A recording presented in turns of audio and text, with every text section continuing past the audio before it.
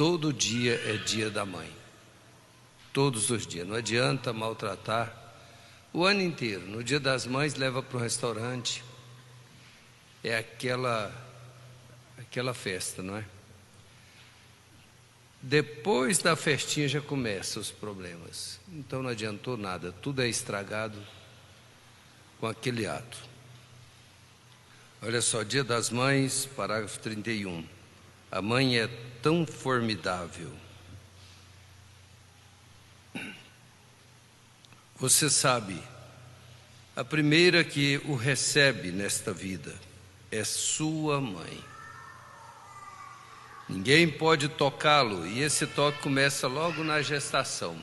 A mãe começa a acariciar a barriga, né? Acariciar a criança logo, é a primeira a fazer isso. Ela é o tempo inteiro com a mão na barriga aqui, ó, passando a mão, e a criança percebendo isso lá dentro.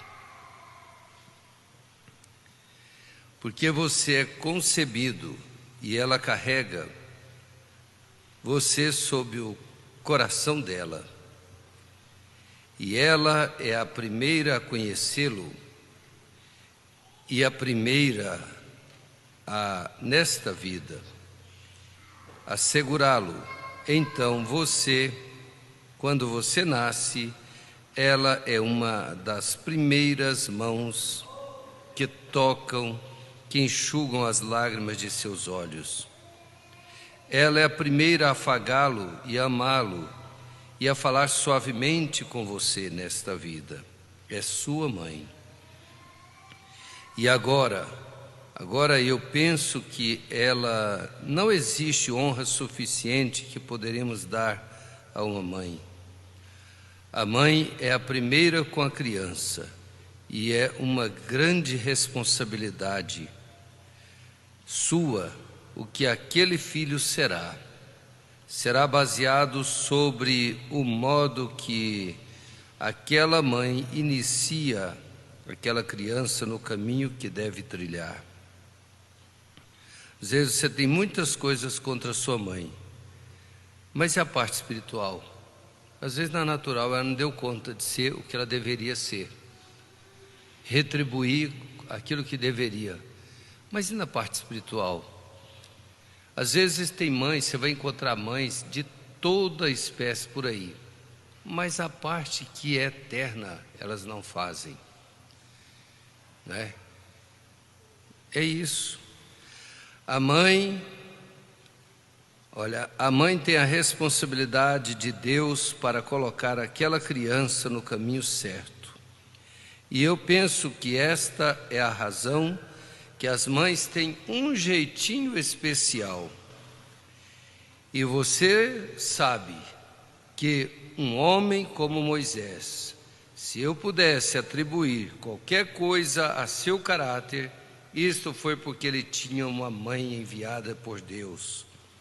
Você sabe que foi ela quem orou Joquebede e ansiava por este bebê? E quando ele nasceu, era ela quem falava suavemente com ele, e o abraçava, e fez a arca, e o colocou nos juncos, quando seu pobre coração estava partido. Seu único bebezinho, então, a coisinha de mais destaque que havia em todo o mundo. E como a mãe gosta de qualquer bebê, mas ao ver este menininho especial, e então em seu coração ela sabia que ele havia nascido para um propósito, e então levá-lo e colocá-lo no próprio canto dos crocodilos lá no rio. Não é fácil, né, fazer isso, mas era a única forma dela salvar o filho. Por fé ela fez aquilo, sabendo que Deus era capaz de cuidar dele. E para resumir o amor de uma mãe e a ação de seu caráter, de sua fé, é isso que é o verdadeiro amor. pois a fé não se apoia sobre as areias movediças do que pode ser visto. A fé descansa solenemente na inabalável rocha eterna da palavra de Deus, pois pela fé, diz a Escritura, ela fez isto. Ela tomou atitude que só por fé teria coragem de fazer. E a fé pode se firmar na rocha, onde as ondas estão batendo na base, e olha diretamente na face da morte e sabe que isto era só um pouquinho. Mas a fé pode olhar através do mar para aquele que disse: eu sou a ressurreição e a vida, e deixa até mesmo de ouvir as ondas golpeando. Este era o tipo de fé que a mãe de Moisés tinha. Ela o ensinou e o criou no palácio de Faraó. Não foi nem em sua casa. Mesmo fora, ela teve como controlar a situação, ensinando-lhe que ele havia nascido para um propósito. Olha só, a filha de Faraó pagou para ela ensinar ele quem ele era. E a filha de Faraó tentou prepará-lo para ser o próximo faraó.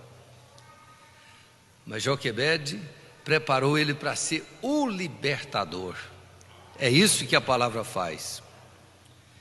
Que Jeová havia respondido sua oração, e ele não poderia ter tido uma professora melhor. Cada mãe cristã genuína